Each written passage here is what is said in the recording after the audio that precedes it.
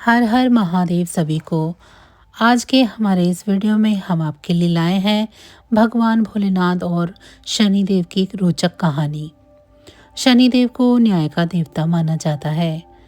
अपने जीवन काल में प्रत्येक व्यक्ति को शनिदेव की वक्र दृष्टि का सामना करना पड़ता है। नवग्रहों में शनिदेव सबसे धीरे चलने वाले ग्रह हैं और ये सभी राशियों का भ्रमण करने में 30 वर्ष का समय लगाते हैं। यहाँ तक कि एक बार भगवान शंकर को भी इनकी वक्र दृष्टि का सामना करना पड़ा।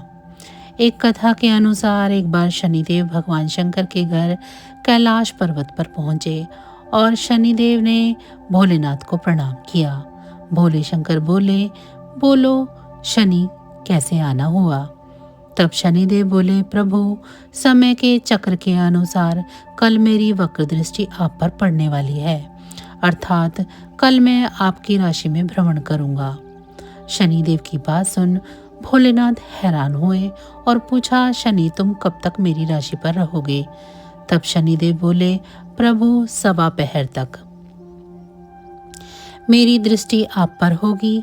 ऐसा कहकर शनिदेव भोलेनाथ को प्रणाम करके चले गए और महादेव सोचने लगे, मुझे शनि की वक्र दृष्टि से बचना होगा। अगर मुझ पर शनि की वक्र दृष्टि पड़ी तो देव क्या सोचेंगे?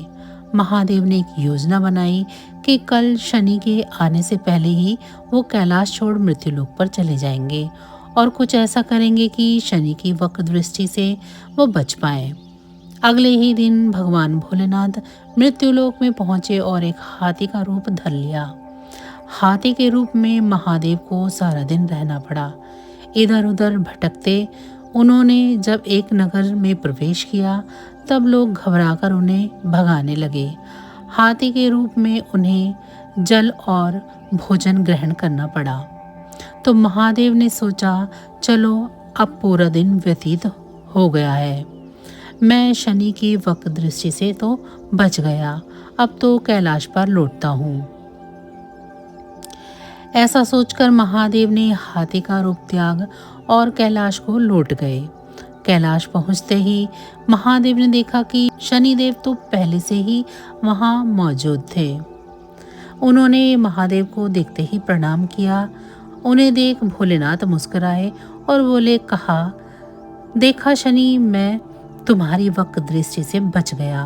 तुम अपनी वक्र दृष्टि मुझ पर नहीं डाल पाए। महादेव की बात सुनकर शनिदेव बोले, हे प्रभु, मेरी वक्र दृष्टि से न देव बच सके हैं और न ही आप।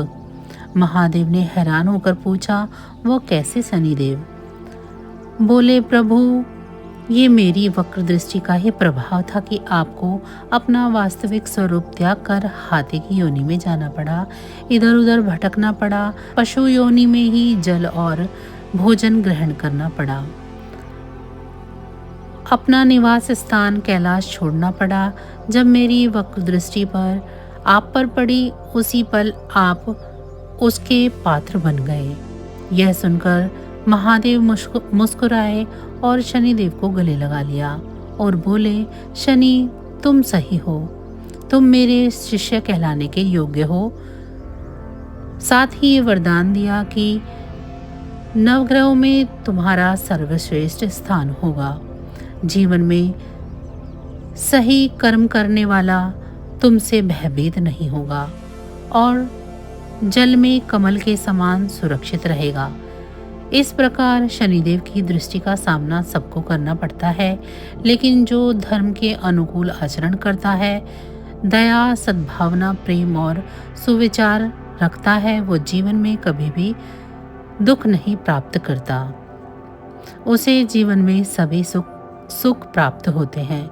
जो व्यक्ति शनिवार को पीपल के पेड़ में जल चढ़ाता है, काली वस्तुओं का दान करता है, गायत्री मंत्र का जाप करता है, पशु पक्षियों को जल व भोजन देता है, चींटियों को आटा डालता है और शनि चालीसा का पाठ करता है और शनिदेव की कथा सुनता है, उस पर शनिदेव की कृपा सदैव बनी रहती है।